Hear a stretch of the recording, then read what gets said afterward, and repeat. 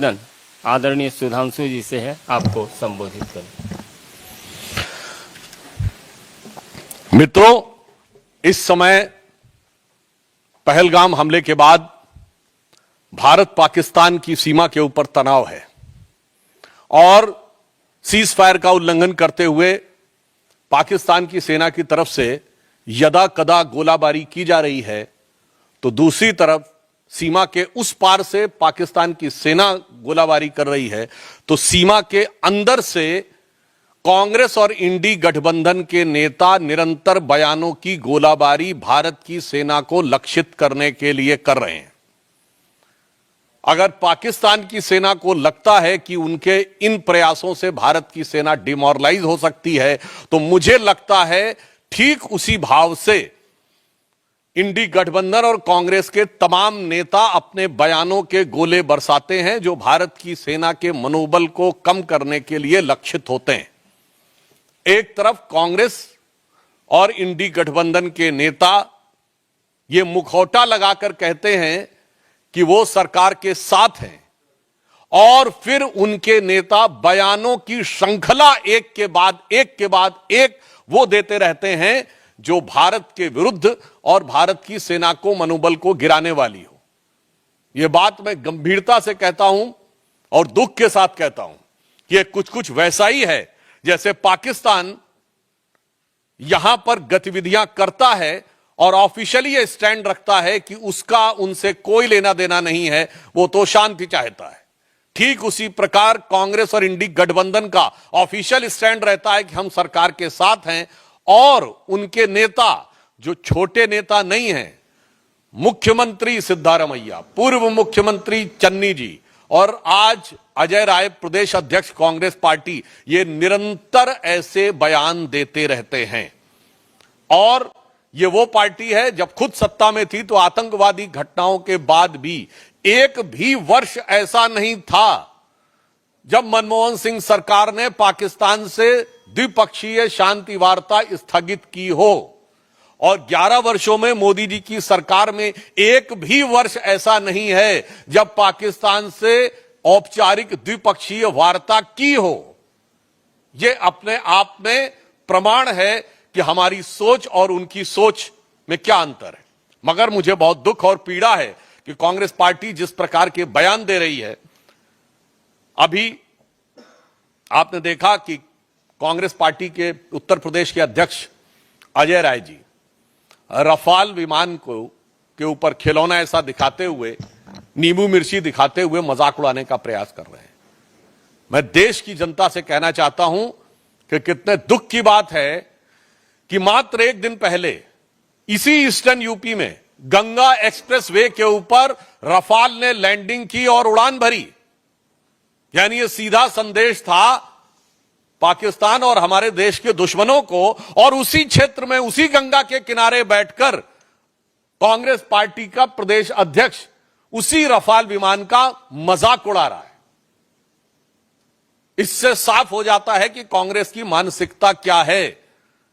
और यह भी मैं कहना चाहता हूं, हां सच है कि भारत के तमाम क्षेत्रों में एक मान्यता है कि नींबू मिर्ची बुरी नजर से बचाती है, परंतु आज भारत की सेना को पाकिस्तान की बुरी नजर से बचने की जरूरत नहीं है, क्योंकि पाकिस्तान की सेना भारत की सेना को डरी नजर से देख रही है, और ये इंडी गठबंधन और कांग्रेस वाले बुरी नजर से देख रहे हैं। तो आज वास्तविकता में ईमानदारी से कहें तो भारत की सेना को हमारे इन विपक्षी दलों के, कांग्रेस और इंडी गठबंधन के दलों की बुरी नजर से बचने की जरूरत महसूस हो रही है। जहां उस रफेल की गर्जना से पाकिस्तान थर्राया हुआ और डरा हुआ महसूस करता है, वहीं ये लोग उसका मजाक उड़ाने का प्रयास करके सेना का मनोबल गिराने का प्रयास करते हैं। और मैं कांग्रेस पार्टी से कहना चाहता हूं, बिल्कुल यह सच है कि जब रफाल आया था तो हमारे रक्षा मंत्री राजनाथ सिंह जी ने फ्रांस में जाकर उसके ऊपर स्वास्तिक बनाया था। शायद इनको पता नहीं है, भारत की सेना में बाकायदा धार्मिक शिक्षक नियुक्त होते हैं। जब सैनिक युद्ध करने के लिए जाते हैं तो उनकी धार्मिक भावनाओं के अनुरूप जो जो वह परंपरा चाहे, जो जो वो रिचुअल चाहे, और उन धार्मिक भावनाओं के अनुरूप उनकी पूरी व्यवस्था की जाती है। मैं कांग्रेस पार्टी से पूछना चाहता हूं, इसमें किस बात का मजाक उड़ा रहे हैं? हिंदू धार्मिक आस्थाओं का मजाक उड़ा रहे हैं कि चूंकि राफेल के ऊपर स्वास्तिक बनाया गया था। उधर पाकिस्तान की सेना कलमा पढ़ने की बात करती है और ये लोग हिंदू धार्मिक भावनाओं का मजाक उड़ाते हैं। इन्हें पता होना चाहिए कि भारत की सेना की जो तमाम रेजिमेंटें हैं उनके युद्ध उद्घोष पूर्ण रूप से धार्मिक भावना के ऊपर आधारित है। गलवान में जो हमारे सैनिक बलिदान हुए थे, बिहार रेजिमेंट का युद्ध उद्घोष है बजरंग बली की जय। गोरखा रेजिमेंट का युद्ध उद्घोष है आयोरी गोरखाली जय महाकाली। राजपूत रेजिमेंट का युद्ध उद्घोष है राजा रामचंद्र की जय। मैं पूछना चाहता हूं, आज मैं फिर यह बात गंभीरता से कह रहा हूं, आप सब ने फिफ्थ कॉलमनिस्ट वर्ड सुना होगा। 1936 से 39 के बीच में जो स्पेनिश सिविल वॉर हुई थी, तो स्पेन में यह माना जा रहा था कि चार तरफ से दुश्मन की सेनाएं आगे बढ़ रही थी, परंतु उसमें फ्रेज यूज किया था, उन्होंने कहा था 4 columns are approaching from all the 4 sides, but there is a 5th column which is supporting those who are working against the interest of Spain at the time. आज कांग्रेस पार्टी और इंडी गठबंधन 5th columnist की तरह हो गया है कि अगर दुश्मन की सेनाएं बाहर से घात लगाकर बैठी हैं तो ये इसी प्रकार से उनका मनोबल बढ़ाने का काम कर रहे हैं। और ये बात मैं ऐसे ही नहीं कह रहा हूं, आप सब मीडिया से जुड़े हुए हैं। मैं आपसे पूछना चाहता हूं कि आपने पाकिस्तान के कितने नेताओं के बयान भारत की मीडिया में देखे हैं जो भारत के पक्ष में कोट किए जा रहे हो? एक भी नहीं। बिल्कुल मैं मानता हूं कि भारत की सेना पाकिस्तान की सेना से बहुत शक्तिशाली है। भारत की सरकार प्रधानमंत्री श्री नरेंद्र मोदी जी के नेतृत्व में दृढ़ निश्चय और संकल्प के साथ कटिबद्ध है, मगर एक मामले में पाकिस्तान हमसे मजबूत है। वो इस मामले में कि पाकिस्तान में एक भी नेता वहां की सेना का मनोबल गिराने के लिए कोई बयान नहीं दे रहा है। भारत में ऐसे बयानों की झड़ी लगी हुई है। पाकिस्तान के एक भी नेता का बयान भारत की मीडिया में हाईलाइट नहीं हो रहा है। दूसरी तरफ हमारे इंडी गठबंधन के तमाम नेताओं के बयान, वहां पर सिद्धारमैया जी का बयान, चन्नी जी का बयान, बाकायदा वहां की मीडिया में किस ढंग से बोले जा रहे हैं। वहां के राजनीतिक विश्लेषक वहां की टीवी डिबेटों में बैठकर भारत के राजनीतिक दलों का नाम लेकर, नेताओं का नाम लेकर यह शब्द प्रयोग कर रहे हैं कि सब लोग हिंदुस्तान में मोदी के साथ नहीं हैं। यहां तक शब्द प्रयोग किए गए, इसके वीडियो अवेलेबल हैं, राजनीतिक दलों का नाम लेकर कि ये लोग हमारे साथ हैं।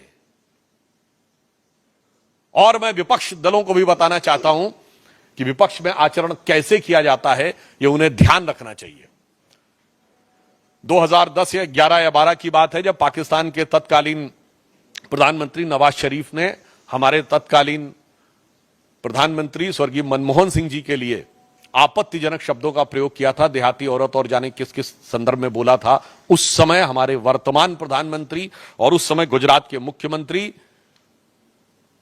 नरेंद्र मोदी जी ने दहाड़ कर कहा था कि कौन होता है पाकिस्तान हमारे 125 करोड़ भारतवासियों के प्रतिनिधि प्रधानमंत्री के बारे में टिप्पणी करने वाला। दूसरा मैं उदाहरण बताना चाहता हूं, 1995 में जिनेवा में पाकिस्तान संयुक्त राष्ट्र संघ में भारत के विरुद्ध प्रस्ताव ला रहा था और उस समय हमारे नेता प्रतिपक्ष अटल बिहारी वाजपेयी जी भारत के प्रतिनिधिमंडल का नेतृत्व करते हुए उस समय कांग्रेस की नरसिम्हा राव सरकार का समर्थन करते हुए वहां गए थे और उन्होंने पूरा क्रेडिट भी उस सरकार को दिया था। और यह मैं ऑन रिकॉर्ड कह रहा हूं, जाके कोई चेक कर सकता है। उस समय पाकिस्तान की प्रधानमंत्री बेनजीर भुट्टो थी और उन्होंने कहा था, देखो ये कैसा देश है जहां का मुख्य विपक्षी दल का नेता प्रतिपक्ष सरकार का समर्थन करता है और एक हमारा देश है। यानी उस समय पाकिस्तान के लिए उन्होंने कहा था जो लोग सरकार का विरोध करते हो। और आज देखिए वही स्थिति हो गई। पाकिस्तान में पक्ष हो या प्रतिपक्ष दोनों सेना का समर्थन कर रहे हैं और हमारे यहां प्रतिपक्ष सेना का मनोबल गिराने का प्रयास कर रहा है। सर्जिकल स्ट्राइक का कभी प्रूफ मांग रहा है, कभी कह रहा है कि पुलवामा में क्या हुआ वगैरह वगैरह। तो मैं उनको भी, फिर भी अगर उनको कोई सबूत की जरूरत है तो मैं प्रमाण के साथ केवल पाकिस्तान की नेशनल असेंबली में बोले गए पाकिस्तान के सांसदों और मंत्रियों के बयान कोट कर देना चाहता हूं। इमरान खान ने नेशनल असेंबली ऑफ पाकिस्तान में एज प्राइम मिनिस्टर कहा कि बालाकोट में जो इन्होंने किया था उससे ज्यादा खौफनाक कुछ करने की सोच रहे हैं। 4 साल पुरानी बात। फवाद चौधरी पाकिस्तान के मंत्री थे और उनका फ्लोर ऑफ द हाउस पर नेशनल असेंबली में दिया गया बयान है कि हमने पुलवामा तक घुस के मारा था। मुझे लगता है इसके बाद भी भारत के किसी दल को सबूत चाहिए तो उन्हें चुल्लू भर पानी में डूब मरना चाहिए, क्योंकि फ्लोर ऑफ द हाउस पे मंत्री का दिया गया बयान सरकार का आधिकारिक बयान होता है। और इसके बाद पाकिस्तान के एमपी ने उस समय के फॉरेन मिनिस्टर शाह महमूद कुरैशी साहब को कोट करते हुए कहा कि मैं बैठा हुआ था, शाह महमूद कुरैशी साहब यानी उस समय के फॉरेन मिनिस्टर बैठे थे, आर्मी चीफ आए और आर्मी चीफ के पांव कांप रहे थे। यह फ्लोर ऑफ द हाउस पे दिया गया बयान है। आर्मी चीफ के पांव कांप रहे थे। उन्होंने कहा खुदा का वास्ता है अभिनंदन को वापस कर दो वरना शाम तक इंडिया अटैक कर देगा। यह सदन के पटल पर इमरान खान का एज प्राइम मिनिस्टर दिया गया स्टेटमेंट है कि पिछले 73 सालों में, उस समय 73 साल हुए थे, ऐसी गवर्नमेंट नहीं आई जिसने पाकिस्तान के लिए इतनी मुसीबत क्रिएट की हो जितनी ये मोदी की सरकार आई है। जब सिद्धू गए थे तो उस समय रैली में बोला था इमरान खान ने एज प्राइम मिनिस्टर की जब तक आप लोगों की सरकार नहीं आएगी तब तक हालात नहीं सुधरेंगे। और यहां के मंत्री, पूर्व मंत्री रहे मणिशंकर अय्यर जी ने कहा था मोदी को हटाने के लिए आपकी सहायता की जरूरत है। और मैं एक और फैक्ट बोल देना चाहता हूं, सैफुद्दीन सोज साहब कांग्रेस पार्टी के अध्यक्ष रहे हैं जम्मू कश्मीर के। उन्होंने अपनी एक किताब लिखी है जम्मू कश्मीर के बारे में, जिसमें उन्होंने मुशर्रफ के स्टेटमेंट को कोट करते हुए कहा है कि यदि मुशर्रफ ने यह कहा था कि कश्मीर को भारत से अलग हो जाना चाहिए तो आज की डेट में वो सही प्रतीत होता है। मैं कांग्रेस से पूछना चाहता हूं कि आपका यह पुराना याराना कब से है भाई पाकिस्तान से? क्या आपको मुशर्रफ का बयान सही लगता है? पाकिस्तान की आर्मी के चीफ के गले मिलते हैं आप, भारत के आर्मी चीफ के बारे में आपत्तिजनक बातें करते हैं। इसलिए मैं स्पष्ट रूप से देश की जनता को संबोधित करते हुए कहना चाहूंगा कि देश के अंदर और बाहर सरकार और सेना पूरी दृढ़ता के साथ, कूटनीतिक दक्षता के साथ जहां संकल्पित होकर खड़ी है। इस समय भी रक्षा मंत्री जी की जापान के रक्षा मंत्री से वार्ता चल रही है, तो दूसरी तरफ विपक्ष के द्वारा जिस प्रकार का घटनाक्रम किया जा रहा है यह अपने आप में बहुत दुखद है, निंदनीय है, भर्त्सना योग्य है। परंतु हम देश को आश्वस्त करना चाहते हैं कि प्रधानमंत्री श्री नरेंद्र मोदी जी के नेतृत्व में जो प्रधानमंत्री जी ने कहा है कि इस घटना के अपराधियों को धरती के अंतिम छोर तक ढूंढकर दंडित किया जाएगा और दंड ऐसा होगा जिसका कोई पूर्व का उदाहरण नहीं होगा, यानी अभूतपूर्व दंड दिया जाएगा। और ये वो लोग हैं जिन्होंने जीती हुई बाजी, जंग के मैदान पे जीती हुई सेना को कूटनीति के टेबल पर हारने पे मजबूर किया है। मैं कांग्रेस को याद दिलाना चाहता हूं, आप कहते हो कि हमारा वायुसेना का जो जहाज है वो खिलौने की तरह है। हां, मैं कांग्रेस पार्टी को याद दिलाना चाहता हूं 26/11 के हमले के बाद वायुसेना कार्रवाई के लिए तैयार थी और उस समय वायुसेना अध्यक्ष फौली होमी मेजर साहब ने 2016 में अपने संस्मरण में लिखा है कि मनमोहन सिंह सरकार ने अनुमति नहीं दी। आपने वायुसेना के युद्धक विमानों को खिलौने की तरह रखा था, मगर मोदी जी की सरकार सेना के हर साजो सामान को उचित, प्रभावी कूटनीतिक घेराबंदी के बाद रणनीतिक प्रयोग के लिए रख रही है। आपकी सरकार वो थी कि हमारी फौज जीतती थी और सरकार सब कुछ हार के चली आती थी, क्योंकि आप को एक मर्ज था कि हमें सुलह की शक्ल संवारनी है, भले ही वो भारत की सेना के जवानों के खून से क्यों ना संवारनी पड़े। तो एक पंक्ति में याद दिलाना चाहता हूं जो उनकी विदेश नीति थी, वो क्या थी कि चीन छीन देश का गुलाब ले गया। ये नेहरू जी के लिए कहा गया। चीन की विदेश नीति असफल हुई थी ना, गुलाब पहनते थे, वो गुलाब लगाते थे। चीन छीन देश का गुलाब ले गया और ताशकंद में वतन का लाल सो गया। और ये सुलह की शक्ल को संवारते रहे, जीतने के बाद बाजी हारते रहे। मगर अब सरकार वो है जो जंग और कूटनीति के मैदान दोनों के ऊपर प्रभावी उत्तर देने के लिए तैयार और कृत संकल्पित खड़ी हुई है। फिर भी मैं कांग्रेस पार्टी से अनुरोध करूंगा कि कृपया इस संवेदनशील समय में सेना का मनोबल गिराने और राष्ट्र का मनोबल गिराने की हरकतों से बाज आए। धन्यवाद। मित्रों, प्रश्न सादर आमंत्रित है रविकांत राय। सरकार कार्रवाई करती है तो विपक्ष को तंज और व्यंग करने का अधिकार तो है। आप तो सरकार के साथ सेना के जहाज को लेकर किया गया व्यंग नहीं, यह भितरघात होता है। मैं विनम्रता और दृढ़ता से कहना चाहता हूं, कभी भी युद्ध या युद्ध के समकक्ष स्थिति में बताएं जब हमारी पार्टी ने विपक्ष में रहते हुए कांग्रेस पर कोई व्यंग या तंज किया हो। और मैं पूछ रहा हूं, इतने अधीर क्यों हो रहे हैं भाई? अभी कितना वक्त गुजर गया है और इनकी पार्टी 26/11 के हमले के मात्र 9 महीने बाद जुलाई 2010 में शर्मल शेख में पाकिस्तान से ज्वाइंट डिक्लेरेशन साइन करती है, जिसमें बलूचिस्तान भी हिस्सा होता है, और कहते हैं कि टेरर अटैक से टॉक्स प्रभावित नहीं होंगी। अजय राय जी को नहीं पता हो तो मैं बताना चाहता हूं, हवाना में जाकर मनमोहन सिंह सरकार ने कहा पाकिस्तान आतंकवाद से पीड़ित देश है। इसलिए मैं कहना चाहूंगा, भाई बोलने से पहले अपनी फितरत देख लो, अपनी हिम्मत देख लो, और उसके बाद देखो कि इस सरकार ने क्या हिम्मत दिखाई है। संजय शर्मा। राहुल गांधी 84 के दंगों के लिए माफी मांगे।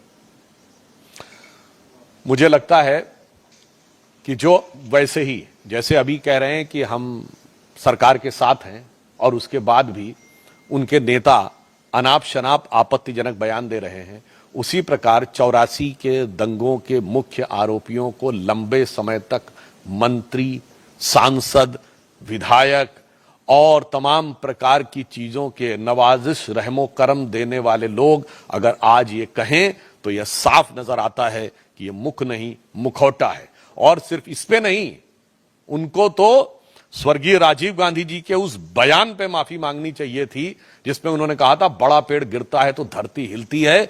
ये 84 का दंगा नहीं था, पहले मैं बात कह दूं। दंगे में अक्सर दो वर्गों के बीच में होता है जिसमें दोनों समुदायों के लोग मारे जाते हैं।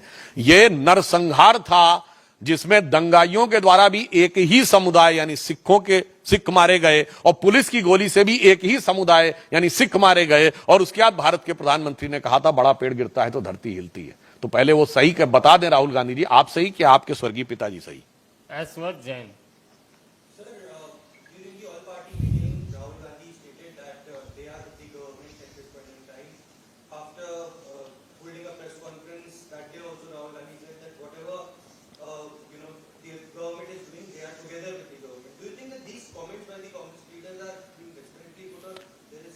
I think whatever the statement given by the Congress party and Rahul Gandhi, now in the backdrop of these statements given by from Ajay Rai to Channi to Siddharamaiah, there are n number of statements.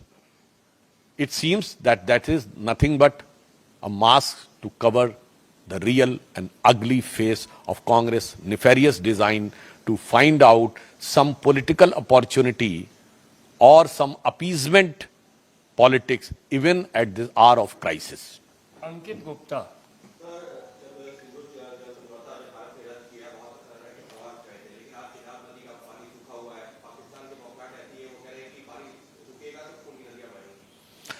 मुझे लगता है कि ये statement Bilawal Bhutto ने दिया था कि अगर पानी रुकेगा तो खून की नदियां बहेंगी। तो ये बात मैं पहले कह चुका हूं, रिपीट कर देना चाहता हूं। हमारी सरकार अब बहुत साफ है कि हमारी तरफ से खून और पानी एक साथ नहीं बहेगा। अब आप तय कर लीजिए कि आपको खून बहाना है या पानी पाना है। जैसे कांग्रेस की सरकार में होता था कि शांति वार्ता आतंकवाद से प्रभावित नहीं होगी, हमारी सरकार ने कहा आतंकवाद के साथ शांति वार्ता नहीं होगी, तो भारत का खून और पानी एक साथ नहीं बहेगा। और वैसे भी बिलावल भुट्टो को याद रखना चाहिए कि उनकी मां बेनजीर भुट्टो ने अपनी किताब डॉटर ऑफ ईस्ट में चैप्टर नंबर 2 में पेज नंबर 25 पे लिखा है कि during our childhood we were told that we descended from the Rajput clan of Hindus. तो मियां बिलावल, आपका खून और पानी दोनों ही हिंदुस्तानी है। तो बहाने की बात से पहले जो अपनी जुबानी से निकाल रहे हैं उससे पहले अपने खानदान की कहानी समझ लीजिए। अनीता जी। सर, मेरा सवाल है कि आज पाकिस्तान में चल रही बैठक भी होनी है। पाकिस्तान जो है वो भारत के खिलाफ प्रस्तावना भी लाने वाला है। इस सब के बीच में जब ये बयान आ रहे हैं तो क्या इसको माना जाए कि पाकिस्तान की स्ट्रेटजी है कि वो मेमोरी करेगी उसके ये बैकफायर इंडिया की? देखिए, यही बात है। अगर पाकिस्तान में सर्वदलीय बैठक या सत्र बुलाया जा रहा है तो वहां कोई विपक्षी दल वहां की सेना या सरकार के खिलाफ नहीं बोल रहा है, न डायरेक्ट न इनडायरेक्ट, न प्रत्यक्ष न व्यंग, मगर यहां पर उन बयानों की झड़ी लगी हुई है। तो इसलिए यही मेरा साफ कहना है कि यह बात देश की जनता को समझने की जरूरत है और कांग्रेस पार्टी को अपने गिरेबान में झांकने की जरूरत है और इन चंद नेताओं को पाकिस्तानी सेना का चीयर लीडर बनने से बाज आना चाहिए। एक मिनट, नहीं, वो प्रस्तावना लाए हैं, वो जो भी लाए हैं उनसे मोहित कोई भट्ट। प्रभाव नहीं पड़ने वाला है। अभी तो हम जो अंतर्राष्ट्रीय स्तर के ऊपर प्रस्तावना ला रहे हैं, आज उनकी बेबसी देखिए ना। अरब और ईरान ने भी उनके भारत के ऊपर हमले की निंदा की है, पाकिस्तान के समर्थन में एक वाक्य नहीं बोला है। और चाइना ने सिर्फ इतना कहा है कि वो ईमानदारी से जांच होनी चाहिए, उसने भी खुल के साथ नहीं दिया है। तो आज मोदी जी के नेतृत्व में डिप्लोमैटिक आइसोलेशन के जिस मुकाम तक पाकिस्तान को पहुंचा दिया है कि ना अरब उसके साथ है जो सुन्नी मुस्लिम वर्ल्ड का लीडर है, ना ईरान उसके साथ है जो शिया मुस्लिम वर्ल्ड का लीडर है, और चाइना भी बच बच के बोल रहा है। तो मतलब कुल मिला के आज पाकिस्तान का वो प्रस्ताव अगर बोलेंगे तो वो लिखें चाहे जो उनके दिल से, तो ये आवाज आएगी कि इस भरी दुनिया में कोई भी हमारा न हुआ, गैर तो गैर थे, अपनों का सहारा न हुआ। मोहित भट्ट।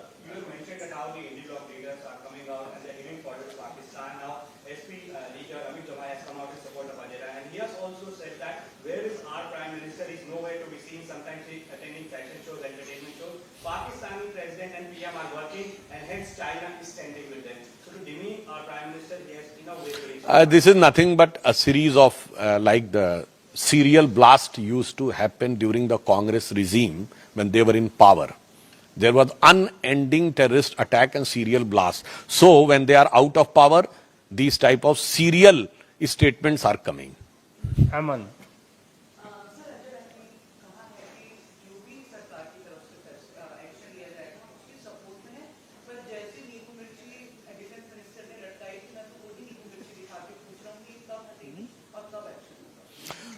देखिए, अब एक और बात कह दूं, राफेल पे नींबू मिर्ची की इसलिए भी जरूरत थी कि राफेल में तो ये पूरा भ्रष्टाचार करने की व्यवस्था कर लिए थे। कांग्रेस के रिजीम में राफेल क्यों नहीं आया था, वो पुरानी बात हो गई। सारा कंप्लीट होने के बाद आगे प्रोसेस ही नहीं बढ़ाया। मैं पुनः ही कहना चाहता हूं कि एक तरफ यह कहना कि हम सरकार के साथ हैं, और फिर भारत के प्रमुख युद्धक विमान को, जिसने उसी समय गंगा एक्सप्रेसवे पे 24 घंटे के अंदर लैंडिंग और उड़ान भरी हो, यह कहना इनके दोहरे दो मुहे खतरनाक चरित्र को प्रदर्शित करता है। ठाकुर रविंद्र सिंह।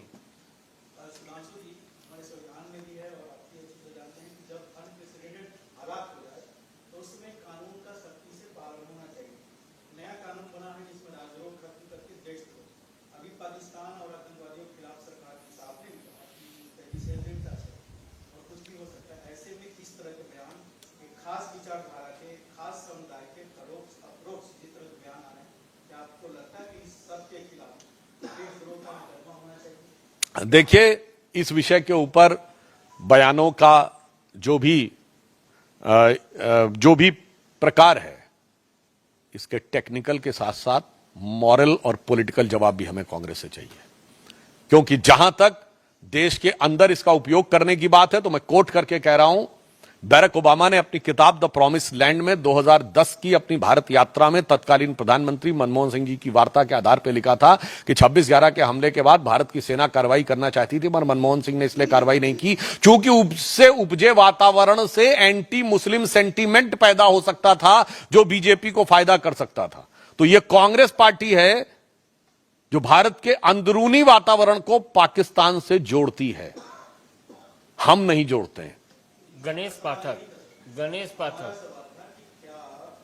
कोई भी भारत के खिलाफ पाकिस्तान का सपोर्ट करना चाहिए, इंडिविजुअल हो, सत्ता हो, पार्टी हो, क्या उनके खिलाफ देशद्रोह का? हाँ, यदि वो कोई अपराधी करे तो आपराधिक मुकदमा होना चाहिए, और नेता करे तो पहले उसको जवाब देना चाहिए। संविधान की शपथ लेके करने वाला नेता इस टेक्निकल चीज के पीछे नहीं छुप सकता, पहले नैतिकता का जवाब दे, जिसने संविधान की शपथ लेकर भारत की संसद में प्रवेश किया है। गणेश पाठक।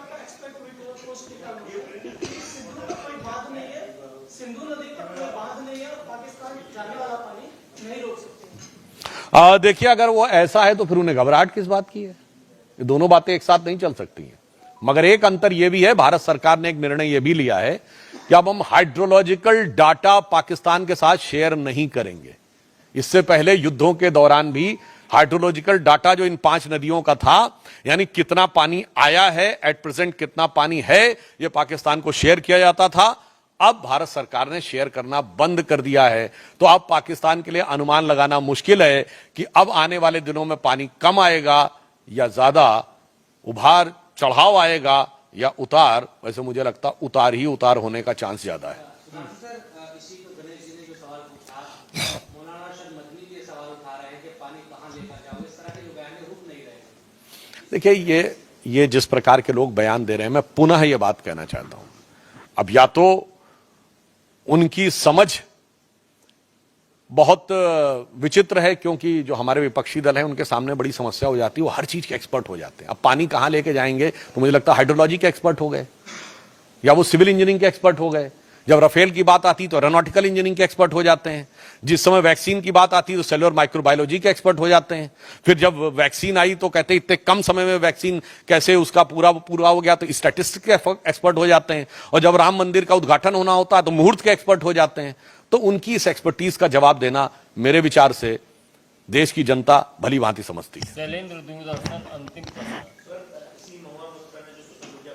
काफी आपत्तिजनक शब्दों का इस्तेमाल किया है, मंत्री के खिलाफ, इंडियंस को भी बोला अगर मैं बता दूं का Indians are being made compete by the wicked minister who say not to drop of water to Pak. Actually में ऐसा है कि इंडी गठबंधन के जो नेता हैं, मैं पुनः कह रहा हूं, वो जो ये बयान देते जा रहे हैं उनके चेहरे पर से वो नकाब उतरता चला जा रहा है, और ये सारे के सारे लोग एग्जैक्टली अपनी पार्टी और गठबंधन का असली चरित्र उजागर करते चले जा रहे हैं।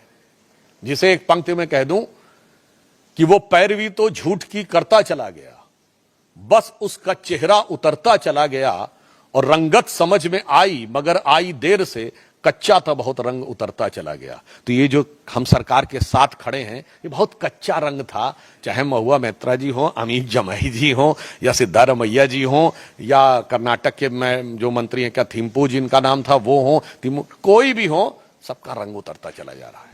बहुत बहुत धन्यवाद।